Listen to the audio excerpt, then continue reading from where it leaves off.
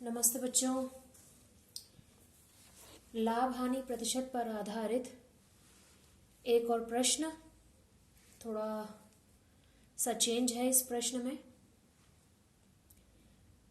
इससे पहले की वीडियो में जो हमने प्रतिशत लाभ और प्रतिशत हानि पर आधारित विक्रय मूल्य ज्ञात किया था, उसी आधार पर ये एक प्रश्न है। इसमें हल्का सा चेंज ये है कि इसमें जो प्रतिशत लाभ दिया है वो मिश्रित भिन्न में दिया हुआ है। तो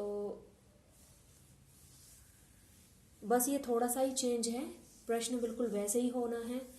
बस इसको किस तरीके से चेंज करके हमें प्रश्न को हल करना है ये देखना है।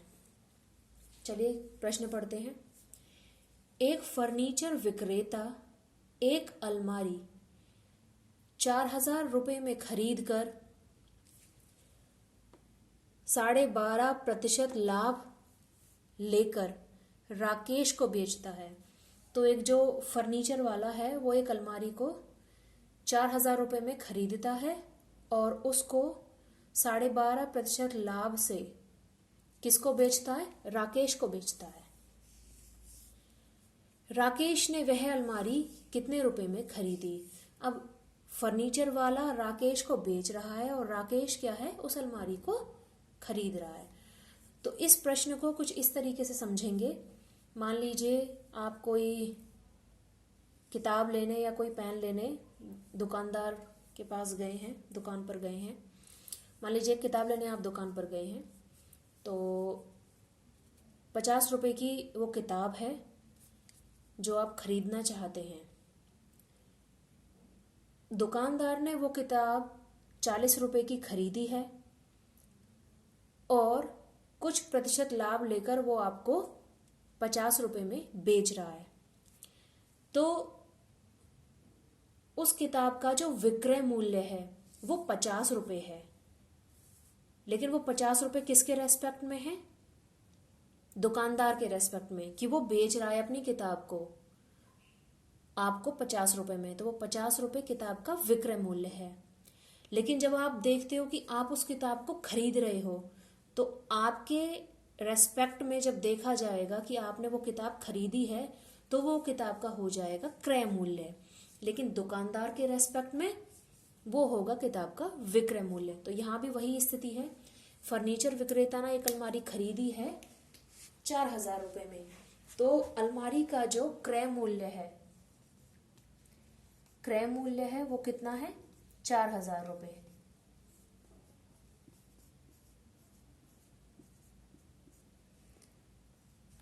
अलमारी का जो क्रय मूल्य है वो 4,000 रुपए है।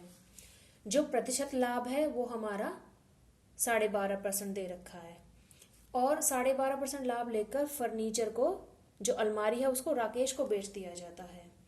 अब यहाँ पर विक्रय मूल्य हमें पता नहीं है कि कितने रुपए में बेची गई है वो अलमारी, जिससे कि इतना प्रतिशत लाभ हुआ है। राकेश ने वह अलमारी कितने रुपए में खरीदी?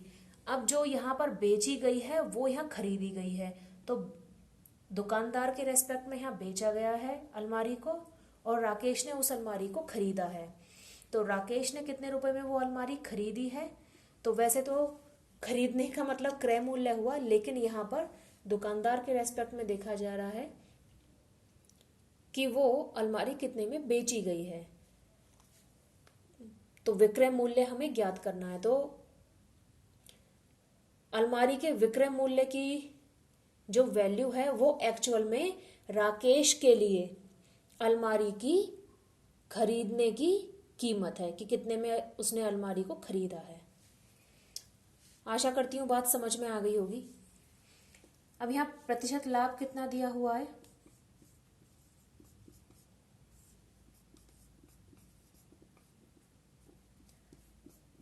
12.5% का। तो यहाँ 12.5 को हम सिंपल भिन्न में बदलेंगे तो हमने बताया हुआ है आपको, इन दोनों की गुणा हो जाती है और गुणा में ये जुड़ता है। तो 12 दूनी 24 और 1 25, वो ऊपर लिखा जाएगा और बटे में जो है 2 वो एज इट इज रहेगा। तो ये 25/2 आ गया सिंपल भिन्न में। एक बार फिर मैं आपको बताना चाहूंगी कि ये जो अलमारी बेची गई है जो कि हमें पता नहीं है कितने रुपए में बेची गई है। तो फर्नीचर विक्रेता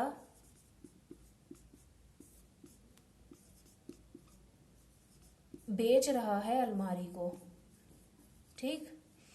और खरीद कौन रहा है? राकेश खरीद रहा है, ठीक। राकेश क्या है? खरीद रहा है। तो यहां पर फर्नीचर विक्रेता के रेस्पेक्ट में वो हो जाएगा विक्रय मूल्य, और राकेश के रेस्पेक्ट में क्या हो जाएगा? क्रय मूल्य। इतना अंतर है। तो वो बेच रहा है तो वो अलमारी का विक्रय मूल्य हो जाएगा, लेकिन राकेश खरीद रहा है तो राकेश के लिए वो क्या हो जाएगा? क्रय मूल्य।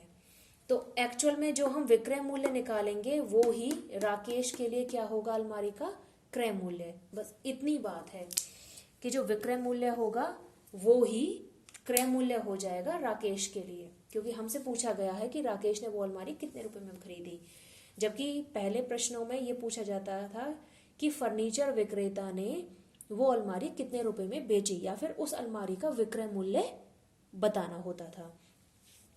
अब यहाँ बस क्वेश्चन को घुमाकर ये पूछ लिया गया है कि राकेश ने वो अलमारी कितने रुपए में खरीदी है। अब ये खरीदी शब्द सोचकर आप देखकर आप ये सोचेंगे कि उसका क्रय मूल्य पूछा है।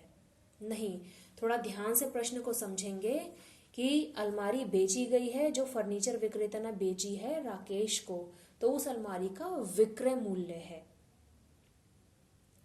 तो जो विक्रय मूल्य होगा वो ही राकेश के लिए क्या होगा? क्रय मूल्य। आशा करती हूं बात अब समझ में आ गई होगी। तो यहां पर हमें अलमारी का विक्रय मूल्य बताना है, जो कि राकेश के लिए क्रय मूल्य होगा। तो विक्रय मूल्य जैसे कि हम पहले प्रश्न में सॉल्व कर चुके हैं कि जब प्रतिशत लाभ दे रखा हो तो प्रतिशत लाभ के माध्यम से हमें पहले लाभ पता करना होगा। जब लाभ हम पता कर लेंगे तब लाभ और क्रय मूल्य की सहायता से हम विक्रय मूल्य निकाल सकते हैं। तो सबसे पहले हम यही काम करेंगे, प्रतिशत लाभ के हिसाब से लाभ निकालेंगे।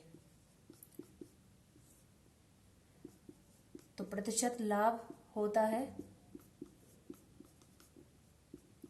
लाभ गुणा 100 बटे क्रय मूल्य।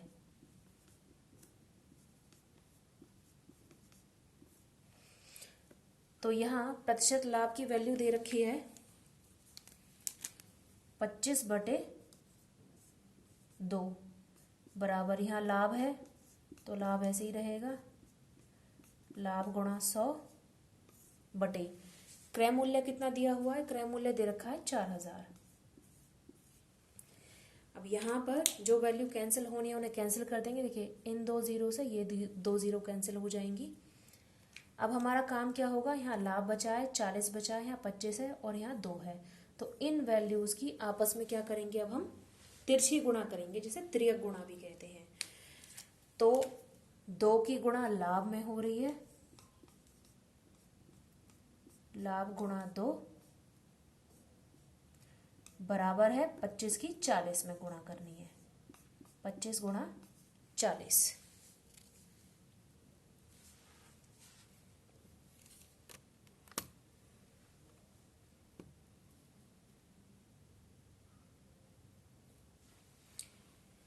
अब यहां लाभ लेंगे हम,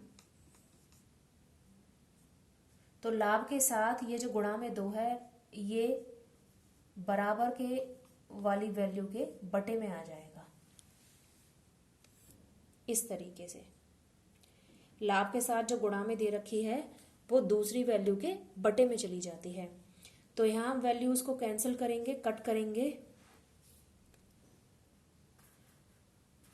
तो वैल्यूज को कट करेंगे तो यहां पर 2 से 20 जो है वो पूरा पूरा कट हो जाएगा कि 20 बार। तो अब बचा है यहाँ पर 25 और 20, 25 गुणा 20। तो 25 और गुणा 20 की गुणा करेंगे तो ये हो जाएगा आपका 500 रुपए। तो यहाँ लाभ हमारा कितना निकल कर आया है? लाभ निकल कर आया है 500 रुपए। ये आ गया है लाभ। अब हमें लाभ भी पता है और क्रय मूल्य भी पता है, तो विक्रय मूल्य हम आसानी से निकाल सकते हैं। विक्रय मूल्य किसके बराबर होता है? विक्रय मूल्य होता है, विक्रय मूल्य बराबर होता है लाभ प्लस क्रय मूल्य।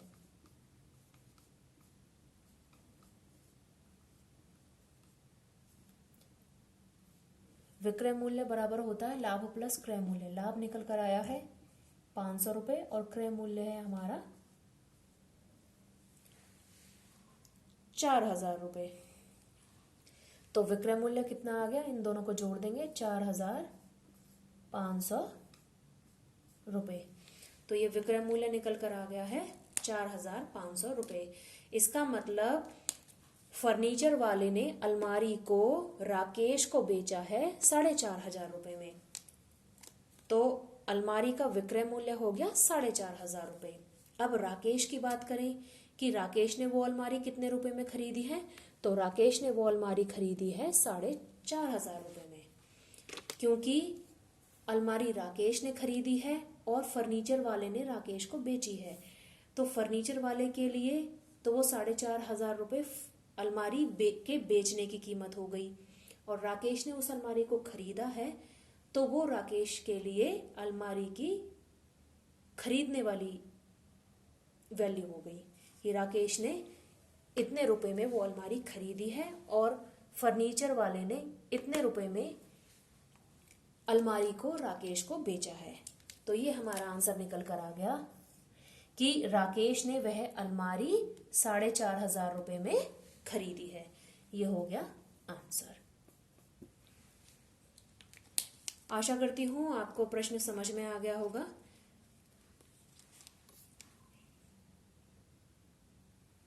इसी प्रकार से यदि प्रतिशत लाभ या प्रतिशत हानि इस तरीके की भिन्न में दे रखी हो तो हमारा काम सबसे पहले उसको साधारण भिन्न में बदलना होगा। साधारण भिन्न में बदलते हैं इस प्रकार की भिन्न को, और तब प्रश्न को वैसे ही सॉल्व करते हैं जैसे कि पहले से हम सॉल्व करते आ रहे हैं। बस इस वैल्यू को, जो प्रतिशत लाभ या प्रतिशत हानि की वैल्यू अगर मिश्रित भिन्न में दे रखी है तो सबसे पहले उसे साधारण भिन्न में बदलना होता है इस प्रकार से।